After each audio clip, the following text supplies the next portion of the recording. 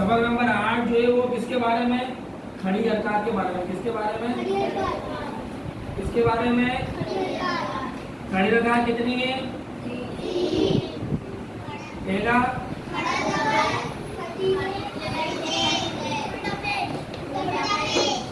उल्टा,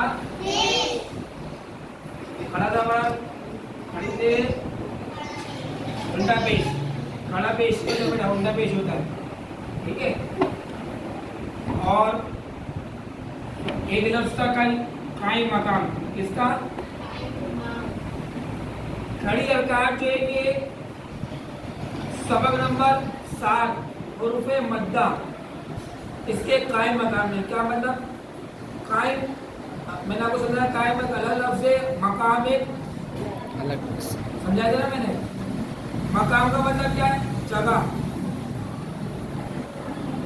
सुना होगा आपने जगह, या आपने सुना होगा कोई अल्लाह का वली बंदा तो क्या कहते हैं, ये बड़े मकाम पर पहुंच चुका है, ये मतलब उनकी मिसल पहुंच चुका है, ठीक है। कोई कारी साहब मकाम पर पहुंच गया, कोई आलिम बन गया, कोई इमाम के मकाम में पहुंच गया, ठीक है। लेकिन एक वस्फ वो पहले से ही पाया जा रहा था, इमाम का लफ्ज़ तो पहले ही पाया जा रहा था, इमाम के पहले ही बहुत सारे गुण हैं। लेकिन जो नया बनता है वो क्या कहते हैं, यार ये भी इमाम के मकाम पर पहुंच चुका है। इसका पहले ही बहुत सारे कारी साहब बनते हैं, लेकिन कोई नया कारी बना तो क्या करेंगे, यार ये भी कारी साहब के मकाम पर चला गया है या नहीं है। तो हुर्फ़े मद्दा खड़ी हरकत से पहले गुजर चुकी है। हुर्फ़े मद्दा आप ये क्या कहते हैं, हम रट्टा तो लगाते ना ये वाला कि हुर्फ़े मद्दा खड़ी हरकत को हुर्फ़े मद्दा की तरह एक अलिफ कर दो हरकत के बराबर खींच के पढ़ते हैं, क्योंकि हुर्फ़े मद्दा ये कायम मकाम होती है। अब कायम मकाम तो हमें याद ही नहीं है, कायम मकाम कहते किसे, और ये कायम मकाम की तारीफ लिखी हुई नहीं है मद्दे में, ठीक है। तो कायम मकाम का मतलब यही है कि हुर्फ़े मद्दा जो है खड़ी हरकत से पहले गुजर चुकी है, खड़ी हरकत से पहले। तो इसका ताल्लुक भी हुर्फ़े मद्दा की तरह ही है, इसका ताल्लुक भी हुर्फ़े मद्दा कितने हैं? कौन कौन से? अलिफ मद्दा, वाव मद्दा। अलिफ से पहले ज़बर हो तो क्या कहलाएगा? वाव सलीम से पहले पेश शुरू क्या कहलाएगा? या सलीम से पहले ज़ेर हो तो क्या कहलाएगा? अब इसके अंदर ये बात समझनी है कि आया खड़ी हरकत को हुर्फ़े मद्दा के कायम मकाम क्यों कहा गया। अब इसकी तमीम को, इसकी वजह बता देते हैं। खड़ा ज़बर है ये या नहीं है?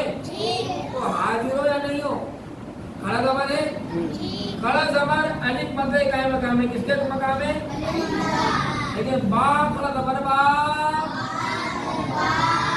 बा खड़ा ज़बर बा, अलिफ ज़बर बा, दोनों एक ही हुए ना, दोनों एक ही है। हरकत चेंजेंगी, क्या है?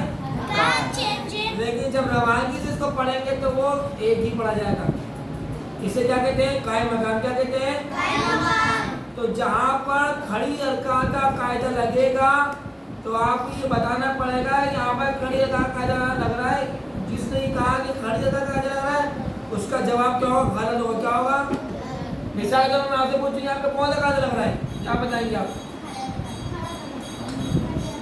यहाँ लगेगा अलिफ मद्दा कायदा। कौन सा लगेगा? ये बात ये रखिएगा आप लोग।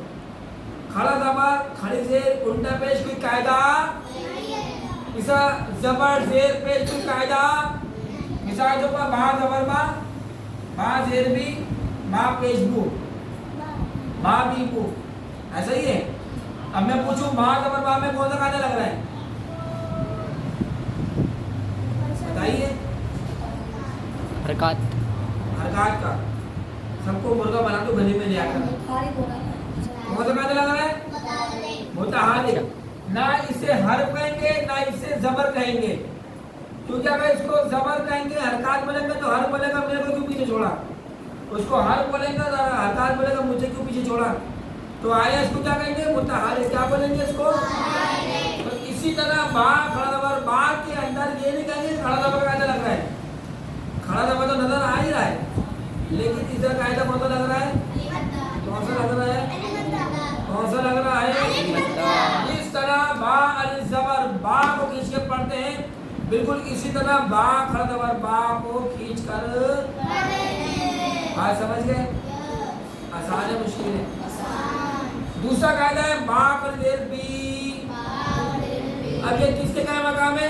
ये बा या जेर बी वाव मत खड़ी जेर या मद्दा के काय मकाम है। किसके है?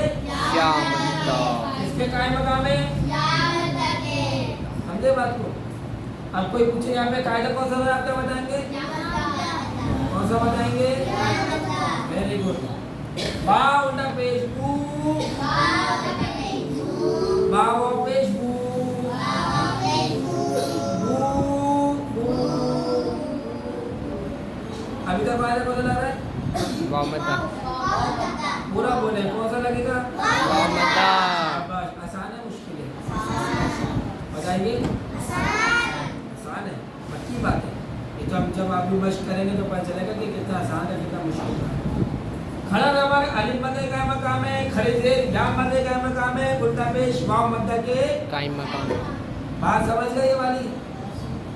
आगे चले तो 3 नंबर 9 को कलम में सीख दी, लेकिन जो करने थे वहाँ सीख लेंगे।